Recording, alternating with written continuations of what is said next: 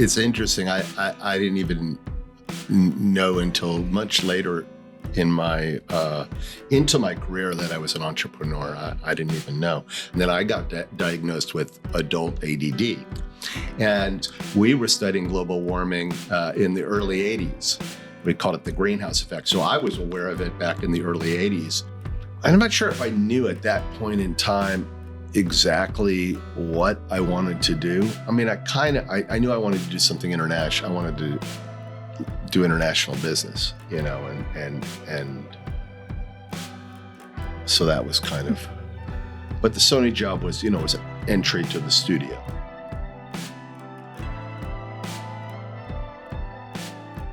But the Sony job was, you know, was an entry to the studio. Mm-hmm.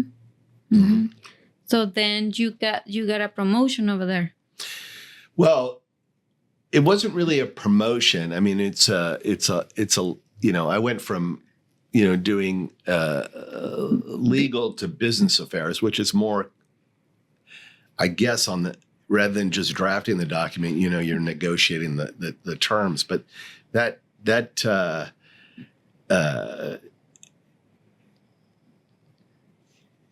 in the group I was with, in the film acquisition group, you know, I there wasn't much of a distinction for me.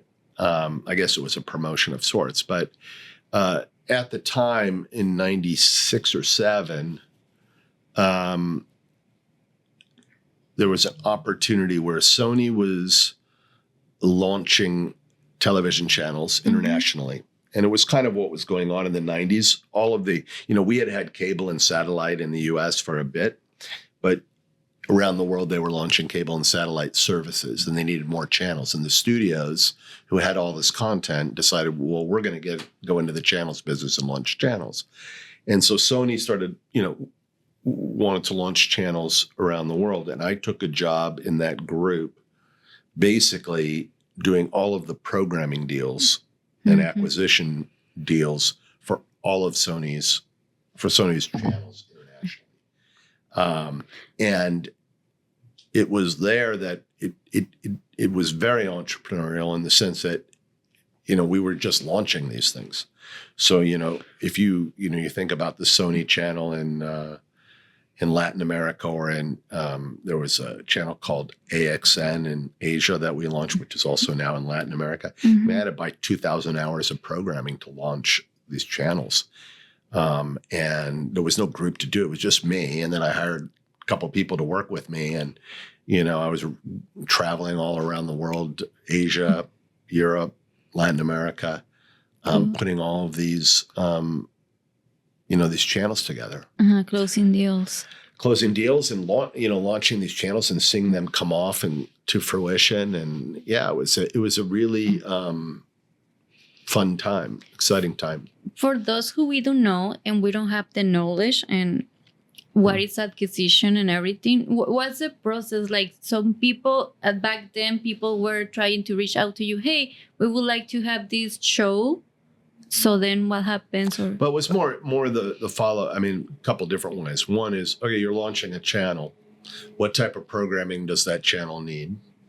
Who are the people that produce that type of programming? Which studios have that? Or, you know, and so if you look at AXN, for example, which was an action channel, we needed action programming. So, okay, I would go to the film markets and find action movies and buy action movies. We launched a channel in Japan called Animax. And so I made output deals, output meaning getting lots of programming and all their new programming with 3 of the big animation studios in Japan and put those deals together.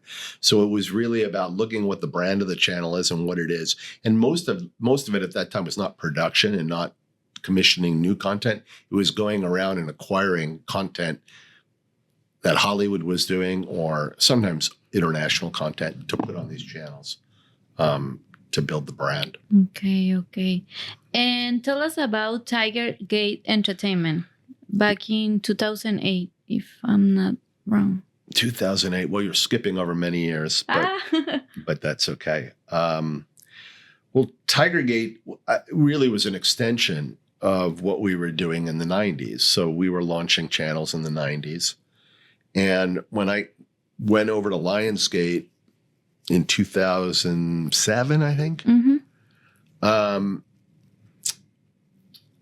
It hooked up back with, the team I'd been doing with channels within Asia. So you had John Feldheimer, who's the CEO of Lionsgate, was the head of Sony Pictures Television. And so he was the one running the whole group when we were launching these channels. Now he's running Lionsgate. And William Pfeiffer, who was running Sony Pictures Asia, was in Asia. We said, hey, let's do Tigergate. Let's set up a couple of channels. We use the Lionsgate library. We'll acquire other content. We launched a couple of channels in Asia. We launched an Asian action channel, and then a horror thriller channel on cable and satellite throughout Asia. And so we did that in 2008 and 9, brought investors in 2009, merged with a bigger company in 2010. And then I was kind of focused on, Pantelion and the next things we were doing at that point. But yeah, I want to, before we move forward, okay, so let's go back to to Sony.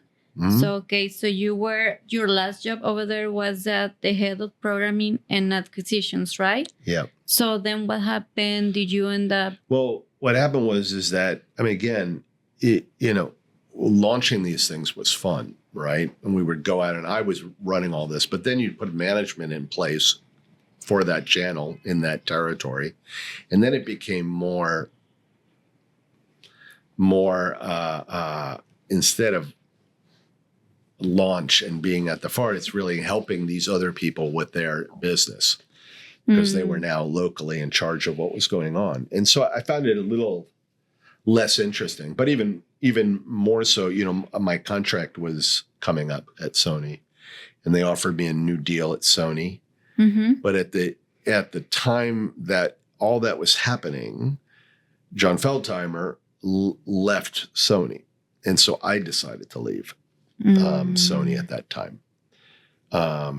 And where did you go? Well, initially I wrote business plan for Lionsgate for John and his partner, Michael Burns.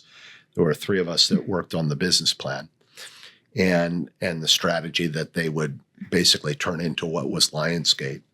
And so we put that together, and I didn't go and work at Lionsgate at the time.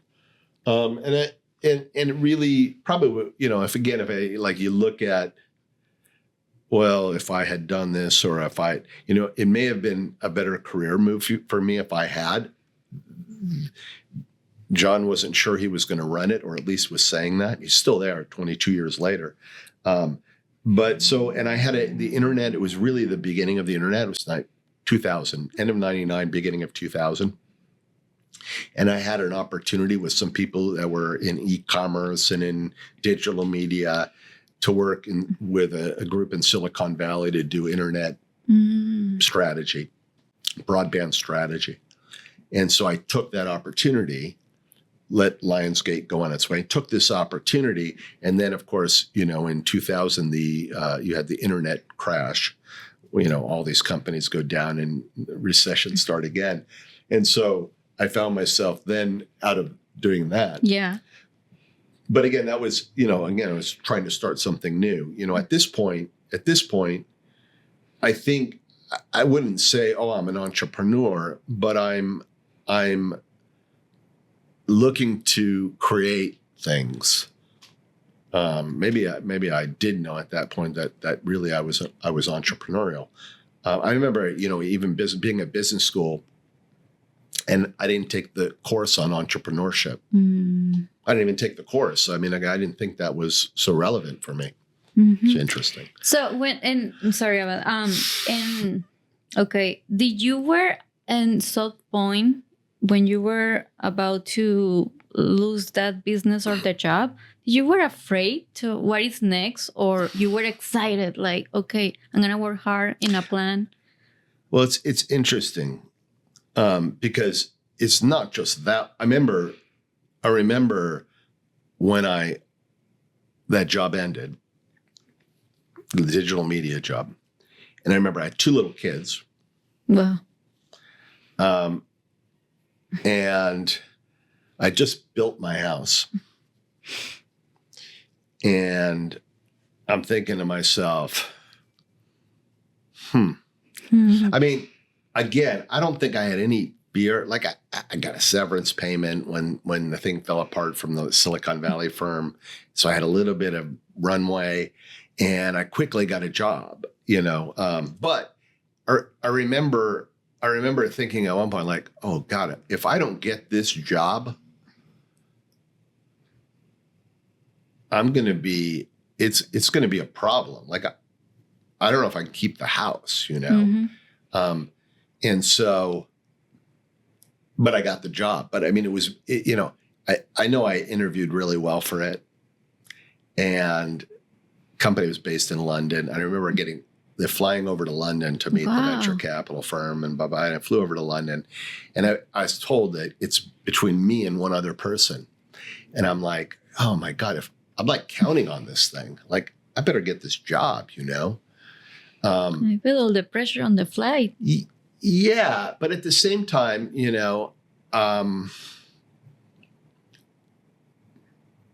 just, one of the things that I think has helped me is when I was in high school and certainly in college, I started gambling. And I'd bet on sports. I'd like to go to Las Vegas, and I'd like to gamble. And you could say that's a bad, a vice, right? But at the same time, it left, like, my tolerance for risk is much higher because I've gone through periods of risk where I've got to bet on a football game, and if I don't win that football game, I'm gonna have to go to my parents to get money, or you know what I'm saying. So like I had built up this tolerance to take risk that other people.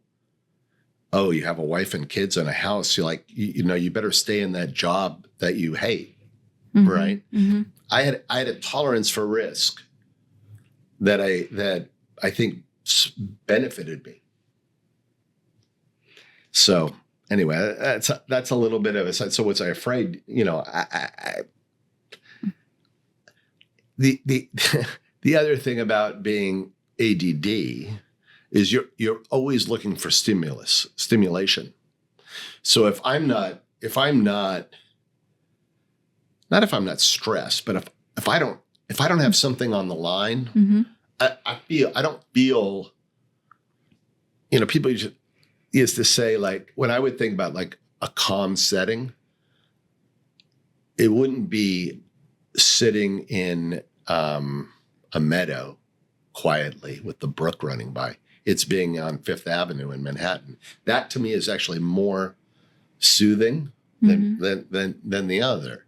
And it's that stimulation. I mean, it's why I think, I don't go too deep into ADD, but I wasn't afraid. So I lost that job. I got this other job. I lost that one too. It was a startup, and I worked on, I look at this period of time between 2000 and 2007. I failed a lot. I learned a lot. I failed a lot. I mean, every startup I worked on, there was a startup film company that I got involved with, film finance and film company that I worked out for a year, and then it failed. There was a video on demand company that I worked for that failed. At some point within these years, I'm going and practicing law, doing document review just to make money so I can pay the bills. I got my kids in private school. I got one kid who's on the autism spectrum. It's like fortunately I built the house, honestly, because I was just borrowing money from against the house in order to keep my kids in school. And this is all during that, before the subprime mortgage, 2008. So it was really easy to get a new home loan. So I get a new home loan, take money out, get a new home loan, take money out. And so, like, I'm living on the edge. Yeah. Right. but I'm learning, I'm failing, I'm learning, I'm failing, I'm learning. And, you could say you're a serial entrepreneur, you really, you start realizing how hard it is to start something. But you never gave up. Why? What was on your mind? Okay, this, and I don't like to say like, oh, I failed. It's just, it didn't work. What do you learn from that business? And you will apply for the next one. But yeah. I mean, I guess there is no choice, right? I mean, I never thought of like, I'm not going to give up and I got to stick to this. And then one day it's going to all come together. Honestly, I don't know. As we sit here today and the company's been sold and I'm now not working, unemployed, and, people look at it as a grand success. To me, I might say it's a failure too. I mean, it isn't, but that's just my head, right? Yeah. That's my way of thinking about things. Like if it doesn't, if it's not the biggest, I mean, it's a sickness in a sense, to never be satisfied. And I think that's the way I am wired. I was that way when I was young. I always wanted more. I always wanted, I was the difficult child for my parents. And I don't know if I was a great, I probably am screwing up my kids a lot by being too demanding. But I'm not satisfied. So, I need to learn. I mean, I just turned 60 years old, and talking about learning and what you still need to learn. And even like this, it's like I need to learn to enjoy the victories and the wins, and to allow celebration of success. Mm-hmm. And I find it very hard. One of the things that when I deal with it, emotionally, and what I think about is I don't like compliments. I don't like when people say great job, Paul. I don't like when people say, oh, that was really great. So it makes me really uncomfortable. And I've spent a lot of time trying to examine where that comes from and why does that make me feel uncomfortable? Mm-hmm. Have you got a little better with it, but it's still. Did you find out? I think it'll be a lifelong search. I don't know. I mean, there are, I have, some theories, it could be about my father. My father was, go deep into his story, but he was orphaned during the war. He was hidden during World War II, came over to the U.S. by himself when he was 10, endured a very difficult, first 20 years of his life, or 15, 20 years of his life. And I somehow I don't feel like I haven't suffered enough in a sense. So, I learned that some of the traits that I have are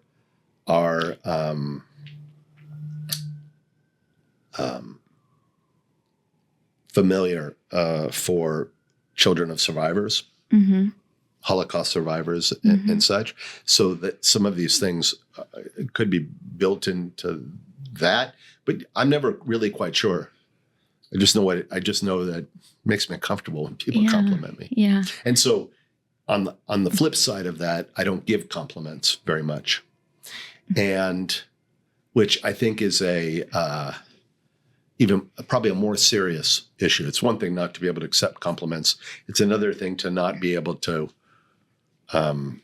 give compliments. Let the people that work for you know they're doing a great job, or that we have some big success. Hey, congratulations, everybody. You know, I would be more like, what's next? Like, let's not start congratulating. Let's not celebrate. I mean, we gotta, you know, let's not get comfortable and let's move up. Yeah, and I don't think that's I think that's a fault of mine, you know. But that's very interesting what you're saying. Like, you don't take compliments. Is you mentioned something like you feel like you haven't suffered enough, and I see that in friends or Latinos friends, they're first generation, and there's many movies about like parents I sleep in your uncle's couch, or I sleep on the street to give you a better future. So they never feel enough. They don't feel enough because they have the pressure. They're dragging their family baggage, so they never feel enough. Yeah, and I feel it could be that. That's wow. Thank you for sharing that. Yeah, it's like I said, it's an evolution. It's constantly something I'm looking at, and can I get more comfortable with celebrating success? You know, why not? Never too late. Well, you know, I don't. Like I said, I don't always feel it as being successful. You know, it's not enough to have done this. We should have done this. You know. I see. But yeah, those 7 years before I went to Lionsgate, you know, I call it failed. Okay, I went through lots of different startups, borrowed money against my house, put my kids through private school, kept it going, and you know, it just building towards, I guess, where we got to, you know. And you, in that moment, did you feel like you were just living and surviving, or you were enjoying life in some point? Yeah, I mean, listen, I'm a very, although I'm never satisfied, I'm a very happy person. I've got great friends. I've got great family. I've got so many riches in my life. And so I never felt like I was unhappy or suffering, or, I mean, I was frustrated, but even with success, I was frustrated. I mean, just part of the your makeup, you know. So no, I don't think I wasn't unhappy doing it. Okay. It just was what it was, you know. Frustrated may be more the word. Okay. And then after that time, 2007, you got into Lionsgate. Yeah, I went into Lionsgate and quickly,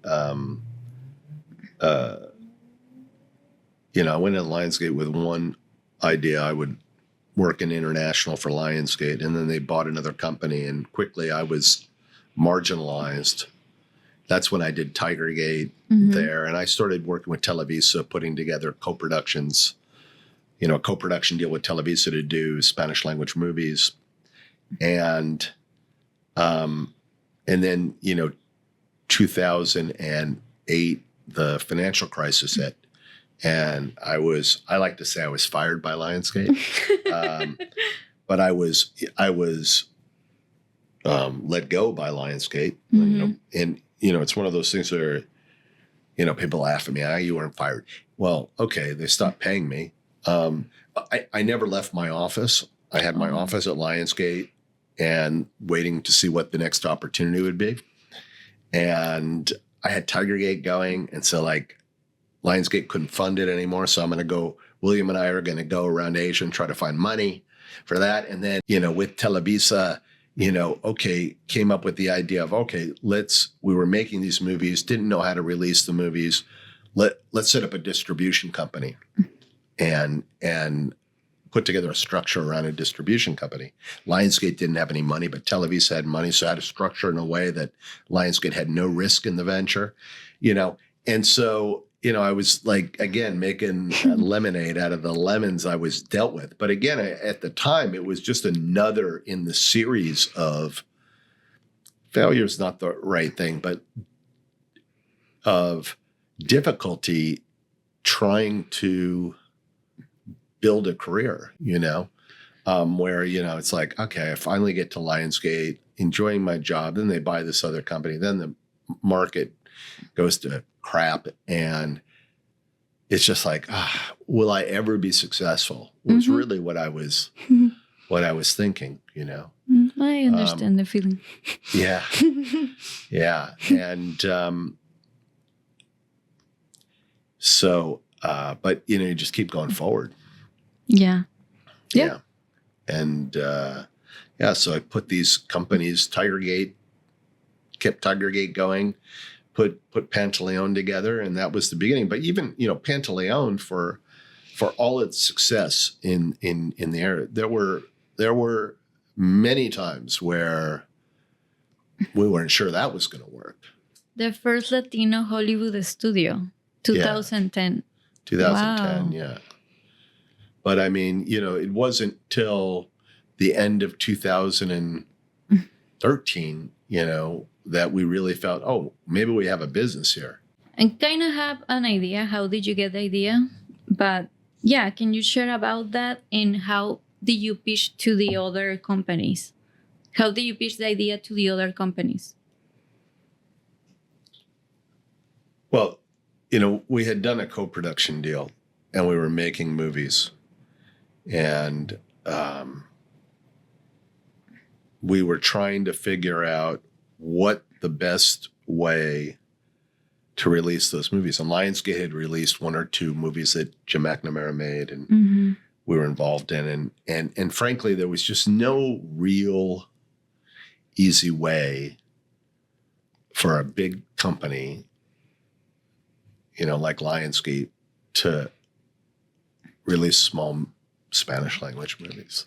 Yeah. And so it was really about trying to think about why there hasn't been anything that has worked before. And actually I looked at the marketplace, and I had done some, when I was working at Lionsgate at the beginning also, I had done some work with India. And at Sony, I did a lot of work with India. And so I was aware of the success of Hindi, Bollywood films at the U.S. box office and in the U.S. And what were the Bollywood guys doing, and what could we learn? I mean, the audience for Hispanics, Spanish-speaking people, was much, much bigger. Yet, these guys were being successful. One, they had a home market. They didn't need to be successful in the U.S. That was an ancillary business to what they were doing. So Mexico had to be a big portion of what we were doing. We had to work in Mexico. The other thing they had was continuity. So there were always another film coming in. So the simplest marketing that you can do is put a trailer in front of a movie. Now, if you're going to release one Spanish language movie a year or two, like people were doing or trying to do, you didn't have the benefit of that, right? So there had to be some continuity that you could establish a program like the Indian model. So that was another piece. So we needed to have a pipeline of movies and be able to put them in the theaters on a regular basis so the audience knew to expect. If you had to every time go back in and teach the audience, oh, there's these movies as opposed to, like, here it is, right? So that was a big piece of it. The other piece was, was specific to the companies, to Televisa and Lionsgate, where, Lionsgate could provide certain services for us. Televisa could provide capital to pay the overhead of the company. Televisa could provide content because they were making Mexican Spanish language movies. Televisa could provide support at Univision because with their deal with Univision, they had support. So there are all these pieces that were there and could be brought together. Wow. And that's it. That's how it Okay. came together. And honestly, I wasn't supposed to be the CEO of the company. Oh. You know, no, I put the deal together, and you know, there was somebody else that had interviewed that was going to be the CEO, and then I was helping her try to get the company launched, and then she quit. Again, it was difficult. Things were difficult. Yeah. Getting the attention of the two big companies to do this. And so I would say reluctantly became the CEO, but, you know, I mean, you know, the same's true for Pantaya. When we launched Pantaya, I wasn't supposed to oversee Pantaya. Huh. I want to go back to that in a few minutes. Well, so I don't have any idea, but when you are pitching an idea and everything, what does a meeting look like for those who we don't know? Yeah, like back then there was no Zoom, so you guys were traveling to Mexico, or the people from Televisa were traveling. Both. I mean, you know, you'd put a business plan together and a PowerPoint presentation, and you'd go and present it. And this is what the company's going to be. And you also say, we need this money, or you yeah, for sure. It's like, this is what it's going to cost. You're completely wrong when you tell them that. It's never right. Why you present less money, or? Yeah, at the time, I mean, you know, we thought, oh, we could release these movies and our overhead's only going to be this small. And, you know, didn't really have a notion of what it would take to try to do this thing successfully. And so, you know, if you looked at the original plans, you would laugh at them. You know, it's like, oh, we're going to have one employee really do all the marketing. You know, eventually we ended up with a team of, but even then, you know, we were doing a lot of business, and Mexico would say we have too many people, because in Mexico they were doing it with less people. You know, listen, running joint ventures and putting together a joint venture, not easy, and you've got cultural differences, and you've got the different interests of the two parties that you're dealing with, and you're stuck in the middle. You know, and so it's quite a challenge, but. You know, we persevered. Yeah. Wow. And from Pantelion, from a distribution company to a production company, how that happened and why? Well, you know, we started as a you know, as a co-production, right, company. We were co-producing movies between Televisa and Lionsgate. And then there was solving the distribution problem. So the co-production part never went away. Okay. But it would change and shift, and who would do what movies, and what Televisa do, what we would do. You know, and so I don't think there was a time we weren't making movies, but we were trying to find the formula that would work. And so we did a lot of different movies that were really good movies that weren't successful commercially, and not that they weren't successful commercially because they were the wrong film for the audience, or for that audience, for the audience that we could reach. In other words, you know, one thing, and it seems obvious, but you know, people talk about the Latino market, and there is no Latino market. There are 15 Latino markets or whatever. I used to think you'd draw it on a board. You'd have the axis, you know, the two axes. One was, you know, language and level of acculturation, and the other was nationality. And, you know, the Cubans in Miami were not going to watch a Mexican movie. And the Mexicans were not going to watch an Argentinian movie. And so you start learning that there's not, and if you're in English versus Spanish, and the stars are different. So even the people that you could put in the movie. So, you know, we had a deal with George Lopez, and we made a great movie with George Lopez, where I think was probably his best acting job that he ever did. And people at, you know, the Univision audience didn't even know who George Lopez was, you know. In Mexico, they certainly didn't. I mean, I say that sure they may know who he is, but they're not going to, oh, I want to go see the next George Lopez movie. Yeah. And so it was very difficult, and it's still difficult. I think it's extremely difficult to and target's really not the right word, but to make something that works across those audiences, very, very hard. And I don't know if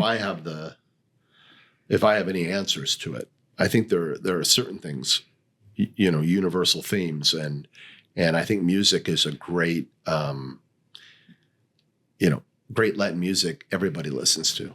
So, that's one thing that I think, doing things in English at least allows some broadening of that pie, but it's very, very, it's very hard. And in 2011, From Prada to Nada, how did you get to read the script? And did you expect the success of the movie? Sorry. The script came into Lionsgate, who then brought it to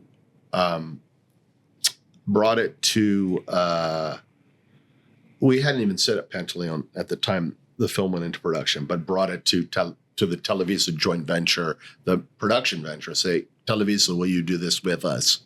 And so it was a movie done under the guise of that co-production relationship.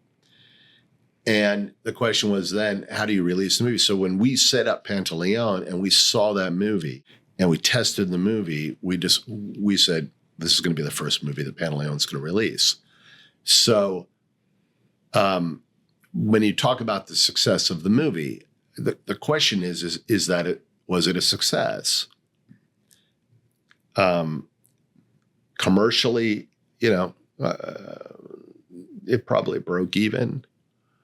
I think there were people who were thinking, oh, we should be able to go out and do a big box office. And I think it's a good movie. I think it was really entertaining. And I think if we had released the movie 3 years later, the team was new, everything was new. We were learning that we could have been a lot more successful with it.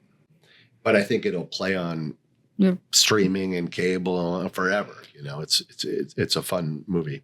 It is fun. It was back then. I was living in Tijuana, and it was on the cable all the time. Yeah. So you can watch it like 2 or 3 times in a day. I mean that movie changed people's lives. Not just people who watched it. I mean, people who were working on it, whether it's Oenyo moving to the U.S. and becoming a star and his career taking off, whether it's Pantelion, which goes from this little company, we don't know if it's going to survive. So how do you keep yourself humble? Like, how did you stay grounded? We had a Netflix deal where we were selling our movies to Netflix. And the Netflix deal expired. It's internal conflict, but I present it. It's okay for me to think we're not done yet. Yeah. It's another thing for me to tell these people stop celebrating. Yeah.